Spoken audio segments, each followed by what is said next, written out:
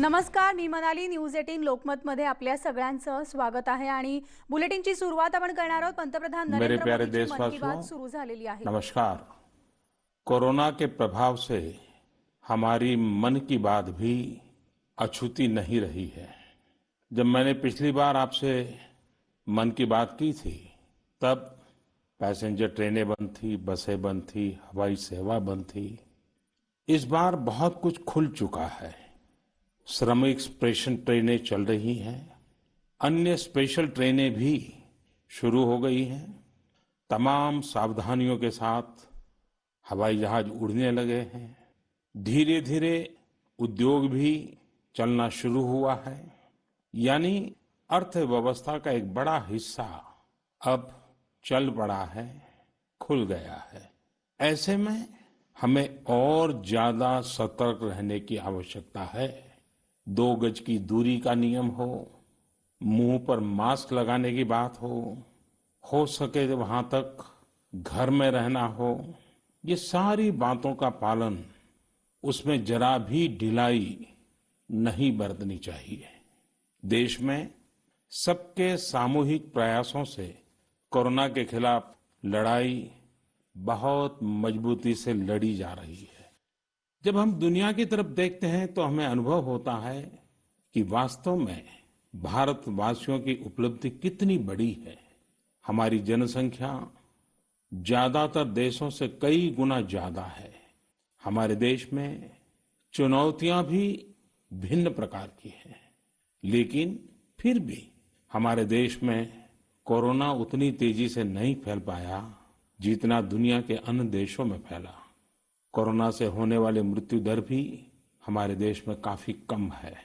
जो नुकसान हुआ है उसका दुख हम सबको है, लेकिन जो कुछ भी हम बचा पाए हैं वो निश्चित तौर पर देश की सामूहिक संकल्प शक्ति का ही परिणाम है। इतने बड़े देश में हर एक देशवासी ने खुद इस लड़ाई को लड़ने की ठानी है। ये पूरी मुहिम पीपल ड्रिवन है। साथियों, देशवासियों की संकल्प शक्ति के साथ एक और शक्ति इस लड़ाई में हमारी सबसे बड़ी ताकत है, वो है देशवासियों की सेवा शक्ति। वास्तव में इस महामारी के समय हम भारतवासियों ने ये दिखा दिया है कि सेवा और त्याग का हमारा विचार केवल हमारा आदर्श नहीं है, बल्कि भारत की जीवन पद्धति है। और हमारे यहाँ तो कहा गया है, सेवा परमो धर्मः। सेवा स्वयं में सुख है, सेवा में ही संतोष है।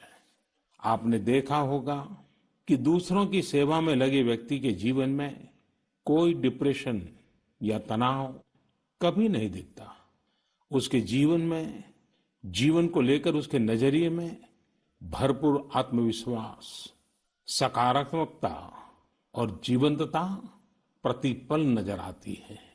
साथियों, हमारे डॉक्टर्स, नर्सिंग स्टाफ, सफाई कर्मी, पुलिसकर्मी, मीडिया के साथी, ये सब जो सेवा कर रहे हैं, उसकी चर्चा मैंने कई बार की है। मन की बात में भी मैंने उसका जिक्र किया है। सेवा में अपना सब कुछ समर्पित कर देने वाले लोगों की संख्या अनगिनत है। ऐसे ही एक सज्जन है तमिलनाडु के सी मोहन। सी मोहन जी मदुरई में एक सैलून चलाते हैं। अपनी मेहनत की कमाई से इन्होंने अपनी बेटी की पढ़ाई के लिए 5 लाख रुपए बचाए थे, लेकिन इन्होंने ये पूरी राशि इस समय जरूरतमंदों, गरीबों की सेवा के लिए खर्च कर दी। इसी तरह अगरतला में ठेला चलाकर जीवन यापन करने वाले गौतम दास जी अपनी रोजमर्रा की कमाई की बचत में से हर रोज दाल चावल खरीदकर जरूरतमंदों को खाना खिला रहे हैं। पंजाब के पठानकोट से भी एक ऐसा ही उदाहरण मुझे पता चला। यहाँ दिव्यांग भाई राजू ने दूसरों की मदद से जोड़ी गई छोटी सी पूंजी से 3000 से अधिक मास्क बनवाकर लोगों में बांटे। भाई राजू ने इस मुश्किल समय में करीब 100 परिवारों के लिए खाने का राशन भी जुटाया। देश के सभी इलाकों से विमेन सेल्फ हेल्प ग्रुप के परिश्रम की भी अनगिनत कहानियां इन दिनों हमारे सामने आ रही है। गांवों में, छोटे कस्बों में हमारी बहनें, बेटियां हर दिन हजारों की संख्या में मास्क बना रही हैं। तमाम सामाजिक संस्थाएं भी इस काम में इनका सहयोग कर रही हैं। साथियों, ऐसे कितने ही उदाहरण हर दिन दिखाई और सुनाई पड़ रहे हैं। कितने ही लोग खुद भी मुझे नमो ऐप और अन्य माध्यमों के जरिए अपने प्रयासों के बारे में बता रहे हैं। कई बार समय की कमी के चलते मैं बहुत से लोगों का, बहुत से संगठनों का, बहुत सी संस्थाओं का नाम नहीं ले पाता हूं। सेवा भाव से लोगों की मदद कर रहे ऐसे सभी लोगों की मैं प्रशंसा करता हूं, उनका आदर करता हूं, उनका तहे दिल से अभिनंदन करता हूं। मेरे प्यारे देशवासियों, एक और बात जो मेरे मन को छू गई है वो है संकट की इस घड़ी में इनोवेशन। तमाम देशवासी गांवों से लेकर शहरों तक, हमारे छोटे व्यापारियों से लेकर स्टार्टअप तक, हमारी लैब्स कोरोना के खिलाफ लड़ाई में नए नए तरीके इजाद कर रहे हैं, नए नए इनोवेशन कर रहे हैं। जैसे नासिक के राजेंद्र यादव का उदाहरण बहुत दिलचस्प है। राजेंद्र जी नासिक में सतना गांव के किसान हैं। अपने गांव को कोरोना संक्रमण से बचाने के लिए उन्होंने अपने ट्रैक्टर से जोड़कर एक सैनिटाइजेशन मशीन बना ली है और ये इनोवेटिव मशीन बहुत प्रभावी तरीके से काम कर रही है। इसी तरह मैं सोशल मीडिया में कई तस्वीरें देख रहा था। कई दुकानदारों ने 2 गज की दूरी के लिए दुकान में बड़े पाइपलाइन लगा लिए हैं, जिसमें एक छोर से वो ऊपर से सामान डालते हैं और दूसरी छोर से ग्राहक अपना सामान ले लेते हैं। इस दौरान पढ़ाई के क्षेत्र में भी कई अलग अलग इनोवेशन शिक्षकों और छात्रों ने मिलकर किए हैं। ऑनलाइन क्लासेस, वीडियो क्लासेस, उसको भी अलग अलग तरीकों से इनोवेट किया जा रहा है। कोरोना की वैक्सीन पर हमारी लैब्स में जो काम हो रहा है उस पर तो दुनिया भर की नजर है और हम सबकी आशा भी।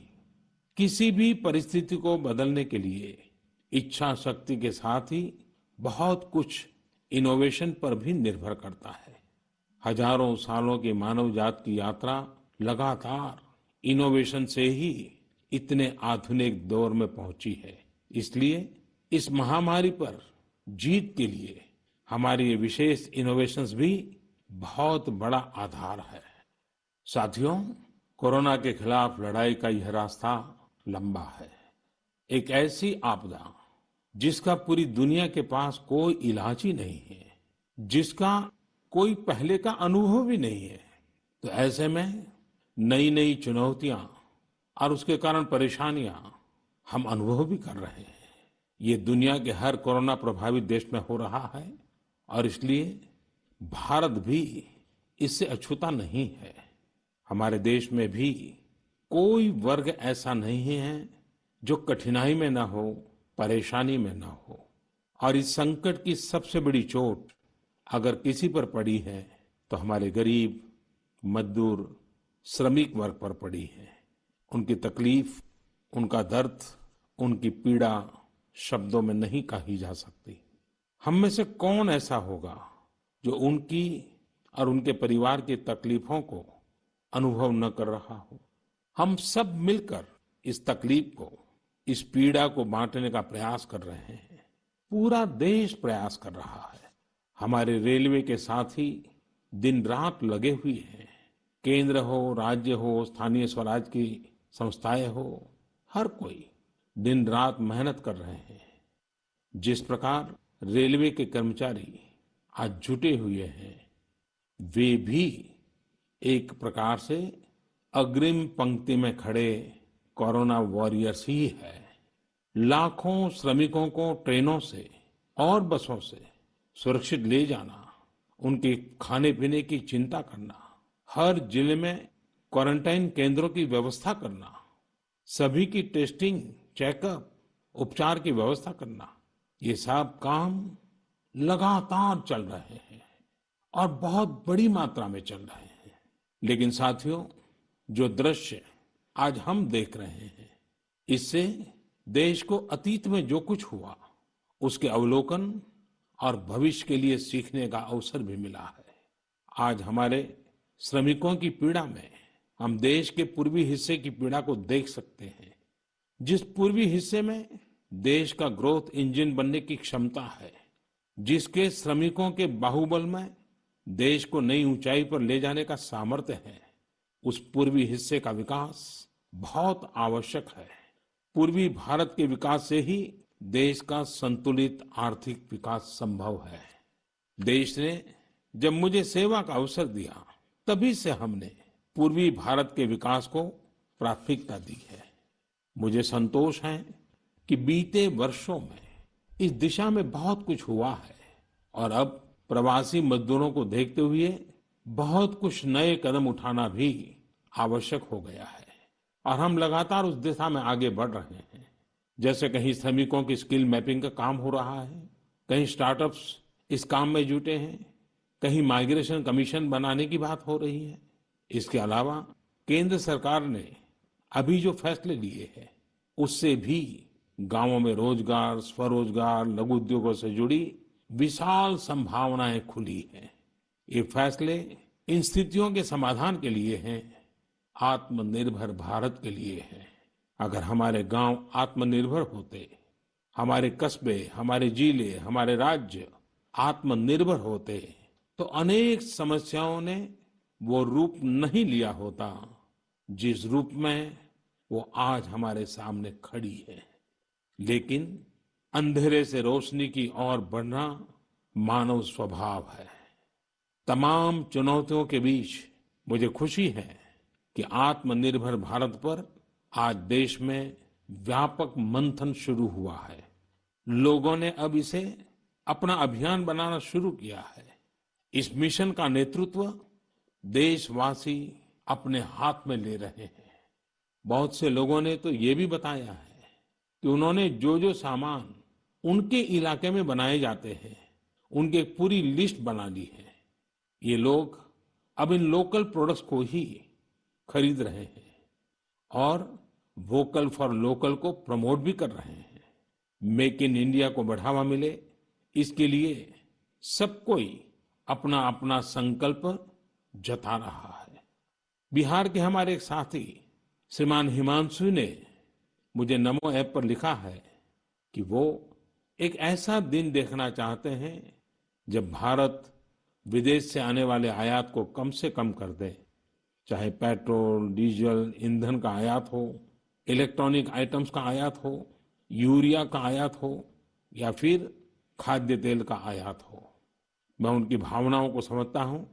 हमारे देश में कितनी ही ऐसी चीजें बाहर से आती हैं जिन पर हमारे ईमानदार टैक्स पेयर्स का पैसा खर्च होता है, जिनका विकल्प हम आसानी से भारत में तैयार कर सकते हैं। असम के सुदीप ने मुझे लिखा है कि वो महिलाओं के बनाए हुए लोकल बैम्बू प्रोडक्ट्स का व्यापार करते हैं और उन्होंने तय किया है कि आने वाले 2 वर्ष में वे अपने बैम्बू प्रोडक्ट को एक ग्लोबल ब्रांड बनाएंगे। मुझे पूरा भरोसा है आत्मनिर्भर भारत अभियान इस दशक में देश को नई ऊंचाई पर ले जाएगा। मेरे प्यारे देशवासियों, कोरोना संकट के इस दौर में मेरी विश्व के अनेक नेताओं से बातचीत हुई है, लेकिन मैं एक सीक्रेट जरूर आज बताना चाहूंगा। विश्व के अनेक नेताओं की जब बातचीत होती है तो मैंने देखा इन दिनों उनकी बहुत ज्यादा दिलचस्पी योग और आयुर्वेद के संबंध में होती है। कुछ नेताओं ने मुझसे पूछा कि कोरोना के इस काल में ये योग और आयुर्वेद कैसे मदद कर सकते हैं। साथियों, अंतर्राष्ट्रीय योग दिवस जल्द ही आने वाला है। योग जैसे जैसे लोगों के जीवन से जुड़ रहा है, लोगों में अपने स्वास्थ्य को लेकर जागरूकता भी लगातार बढ़ रही है। अभी कोरोना संकट के दौरान भी ये देखा जा रहा है कि हॉलीवुड से हरिद्वार तक घर में रहते हुए लोग योग पर बहुत गंभीरता से ध्यान दे रहे हैं। हर जगह लोगों ने योग और उसके साथ साथ आयुर्वेद के बारे में और ज्यादा जानना चाहा है, उसे अपनाना चाहा है। कितने ही लोग जिन्होंने कभी योग नहीं किया, वे भी या तो ऑनलाइन योग क्लास से जुड़ गए हैं या फिर ऑनलाइन वीडियो के माध्यम से भी योग सीख रहे हैं। सही में योग कम्युनिटी, इम्यूनिटी और यूनिटी सबके लिए अच्छा है। साथियों, कोरोना संकट के इस समय में योग आज इसलिए भी ज्यादा अहम है क्योंकि ये वायरस हमारे रेस्पिरेटरी सिस्टम को सबसे अधिक प्रभावित करता है। योग में तो रेस्पिरेटरी सिस्टम को मजबूत करने वाले कई तरह के प्राणायाम है, जिनका असर हम लंबे समय से देखते आ रहे हैं। ये टाइम टेस्टेड टेक्निक्स हैं, जिसका अपना अलग महत्व है। कपालभाति और अनुलोम विलोम प्राणायाम से अधिकतर लोग परिचित होंगे, लेकिन भस्त्रिका, शीतली, भ्रामरी जैसे कई प्राणायाम के प्रकार है, जिसके अनेक लाभ भी है। वैसे आपके जीवन में योग को बढ़ाने के लिए आयुष मंत्रालय ने भी इस बार एक अनोखा प्रयोग किया है। आयुष मंत्रालय ने माय लाइफ माय योग नाम से अंतर्राष्ट्रीय वीडियो ब्लॉग उसकी प्रतियोगिता शुरू की है। भारत ही नहीं, पूरी दुनिया के लोग इस प्रतियोगिता में हिस्सा ले सकते हैं। इसमें हिस्सा लेने के लिए आपको अपना 3 मिनट का एक वीडियो बना करके अपलोड करना होगा। इस वीडियो में आप जो योग या आसन करते हुए वो करते हुए दिखाना है और योग से आपके जीवन में जो बदलाव आया है उसके बारे में भी बताना है। मेरा आपसे अनुरोध है, आप सभी इस प्रतियोगिता में अवश्य भाग लें और इस नए तरीके से अंतर्राष्ट्रीय योग दिवस में आप हिस्सेदार बनिए। साथियों, हमारे देश में करोड़ों करोड़ गरीब दशकों से एक बहुत बड़ी चिंता में रहते आए हैं। अगर बीमार पड़ गए तो क्या होगा? अपना इलाज कराएं या फिर परिवार के लिए रोटी की चिंता करें? इस तकलीफ को समझते हुए इस चिंता को दूर करने के लिए ही करीब 1.5 साल पहले आयुष्मान भारत योजना शुरू की गई थी। कुछ ही दिन पहले आयुष्मान भारत के लाभार्थियों की संख्या 1 करोड़ के पार हो गई है। 1 करोड़ से ज्यादा मरीज मतलब देश के 1 करोड़ से अधिक परिवारों की सेवा हुई है। 1 करोड़ से ज्यादा मरीज का मतलब क्या होता है मालूम है? 1 करोड़ से ज्यादा मरीज मतलब नॉर्वे जैसा देश, सिंगापुर जैसा देश, उसकी जो टोटल जनसंख्या है उससे 2 गुना लोगों को मुफ्त में इलाज दिया गया है। अगर गरीबों को अस्पताल में भर्ती होने के बाद इलाज के लिए पैसे देने पड़ते, इनका मुफ्त इलाज नहीं हुआ होता, तो उन्हें एक मोटा मोटा अंदाज है करीब करीब 14,000 करोड़ रुपए से भी ज्यादा अपनी जेब से खर्च करने पड़ते हैं। आयुष्मान भारत योजना ने गरीबों के पैसे खर्च होने से बचाए हैं। मैं आयुष्मान भारत के सभी लाभार्थियों के साथ साथ मरीजों का उपचार करने वाले सभी डॉक्टरों, नर्सेज और मेडिकल स्टाफ को भी बधाई देता हूं।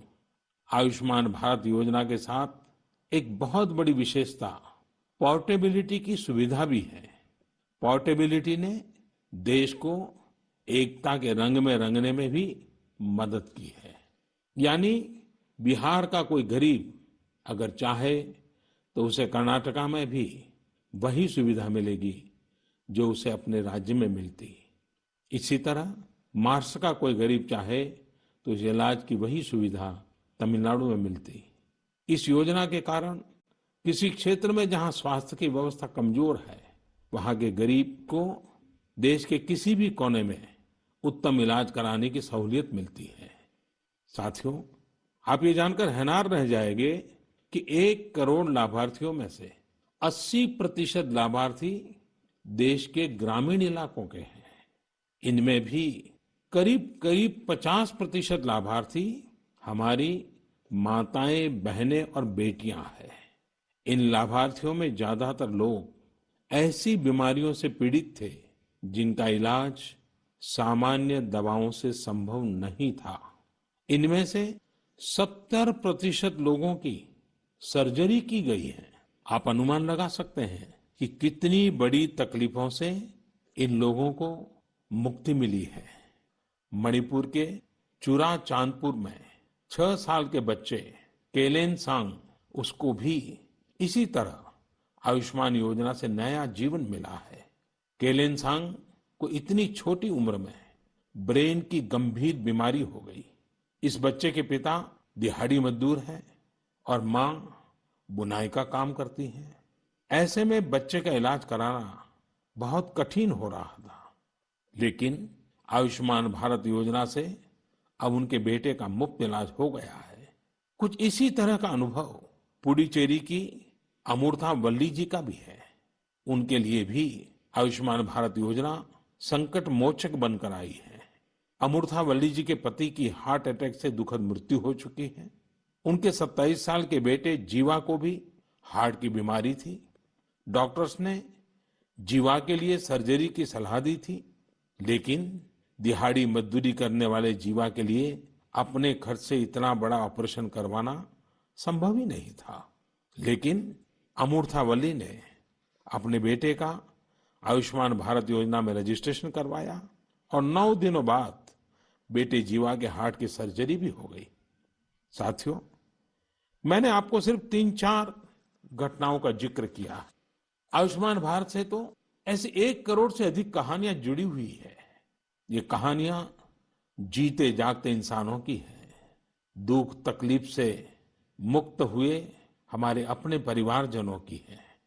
आपसे मेरा आग्रह है, कभी समय मिले तो ऐसे व्यक्ति से जरूर बात करिएगा जिसने आयुष्मान भारत योजना के तहत अपना इलाज कराया हो।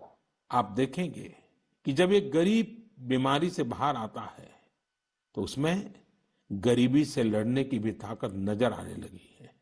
और मैं हमारे देश के ईमानदार टैक्स पेयर से कहना चाहता हूं, आयुष्मान भारत योजना के तहत जिन गरीबों का मुफ्त इलाज हुआ है, उनके जीवन में जो सुख आया है, संतोष मिला है, उस पुण्य के असली हकदार आप भी हैं।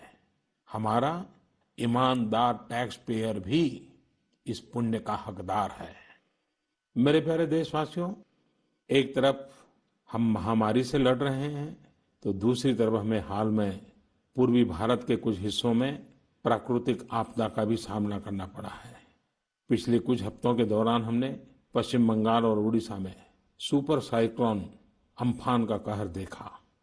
तूफान से अनेकों घर तबाह हो गए, किसानों को भी भारी नुकसान हुआ।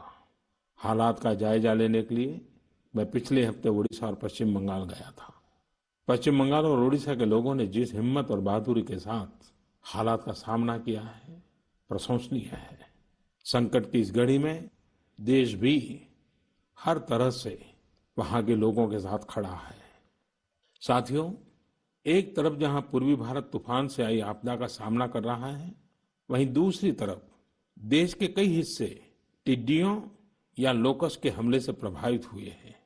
इन हमलों ने फिर हमें याद दिलाया है कि ये छोटा सा जीव कितना नुकसान करता है। टिड्डी दल का हमला कई दिनों तक चलता है। बहुत बड़े क्षेत्र पर इसका प्रभाव पड़ता है।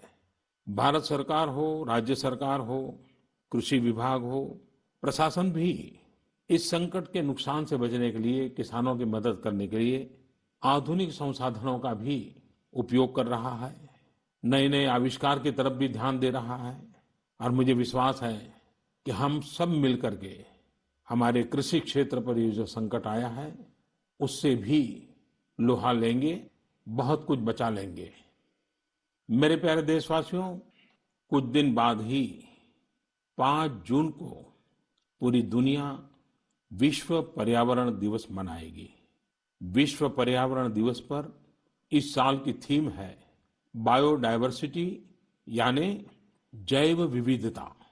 वर्तमान परिस्थितियों में यह थीम विशेष रूप से महत्वपूर्ण है। लॉकडाउन के दौरान पिछले कुछ हफ्तों में जीवन की रफ्तार थोड़ी धीमी जरूर हुई है, लेकिन इससे हमें अपने आसपास प्रकृति की समृद्ध विविधता को, जैव विविधता को करीब से देखने का अवसर भी मिला है। आज कितने ही ऐसे पक्षी जो प्रदूषण और शोर शराबे में ओझल हो गए थे, सालों बाद उनकी आवाज को लोग अपने घरों में सुन रहे हैं। अनेक जगहों से जानवरों के उन्मुक्त विचरण की खबरें भी आ रही हैं। मेरी तरह आपने भी सोशल मीडिया में जरूर इन बातों को देखा होगा, पढ़ा होगा। बहुत लोग कह रहे हैं, लिख रहे हैं, तस्वीरें साझा कर रहे हैं कि वो अपने घर से दूर दूर पहाड़ियां देख पा रहे हैं, दूर दूर जलती हुई रोशनी देख रहे हैं। इन तस्वीरों को देखकर कई लोगों के मन में ये संकल्प उठा होगा, क्या हम उन दृश्यों को ऐसे ही बना रख सकते हैं? इन तस्वीरों ने लोगों को प्रकृति के लिए कुछ करने की प्रेरणा भी दी है। नदियां सदा स्वच्छ रहें, पशु पक्षियों को भी खुलकर जीने का हक मिले, आसमान भी साफ सुथरा हो, इसके लिए हम प्रकृति के साथ तालमेल बिठाकर जीवन जीने की प्रेरणा ले सकते हैं। मेरे प्यारे देशवासियों, हम बार बार सुनते हैं, जल है तो जीवन है, जल है तो कल है, लेकिन जल के साथ हमारी जिम्मेवारी भी है। वर्षा का पानी, बारिश का पानी, ये हमें बचाना है। एक एक बूंद को बचाना है। गांव-गांव वर्षा के पानी को हम कैसे बचाएं? परंपरागत बहुत सरल उपाय हैं। उन सरल उपाय से भी हम पानी को रोक सकते हैं। 5 दिन 7 दिन भी अगर पानी रुका रहेगा तो धरती माँ के पास बुझाएगा, पानी फिर जमीन में जाएगा, वही जल जीवन की शक्ति बन जाएगा। और इसलिए इस वर्षा ऋतु में हम सबका प्रयास रहना चाहिए कि हम पानी को बचाएं, पानी को संरक्षण करें। मेरे प्यारे देशवासियों, स्वच्छ पर्यावरण सीधे हमारे जीवन, हमारे बच्चों के भविष्य का विषय है। इसलिए हमें व्यक्तिगत स्तर पर भी इसकी चिंता करनी होगी। मेरा आपसे अनुरोध है कि इस पर्यावरण दिवस पर कुछ पेड़ अवश्य लगाएं और प्रकृति की सेवा के लिए कुछ ऐसा संकल्प अवश्य लें जिससे प्रकृति के साथ आपका हर दिन का रिश्ता बना रहे।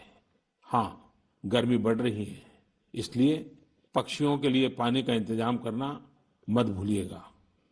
साथियों, हम सबको ये भी ध्यान रखना होगा कि इतनी कठिन तपस्या के बाद, इतनी कठिनाइयों के बाद देश ने जिस तरह हालत संभाला है, उसे बिगड़ने नहीं देना है। हमें इस लड़ाई को कमजोर नहीं होने देना है। हम लापरवाह हो जाएं, सावधानी छोड़ दें, ये कोई विकल्प नहीं है। कोरोना के खिलाफ लड़ाई अब भी उतनी ही गंभीर है। आपको, आपके परिवार को कोरोना से अभी भी उतना ही गंभीर खतरा हो सकता है। हमें हर इंसान की जिंदगी को बचाना है। इसलिए 2 गज की दूरी, चेहरे पर मास्क, हाथों को धोना, इन सब सावधानियों का वैसे ही पालन करते रहना है जैसे अभी तक करते आए हैं। मुझे पूरा विश्वास है कि आप अपने लिए, अपनों के लिए, अपने देश के लिए ये सावधानी जरूर रखेंगे। इसी विश्वास के साथ आपके उत्तम स्वास्थ्य के लिए मेरी हार्दिक शुभकामनाएं हैं। अगले महीने फिर एक बार मन की बात अनेक नए विषयों के साथ जरूर करेंगे। धन्यवाद।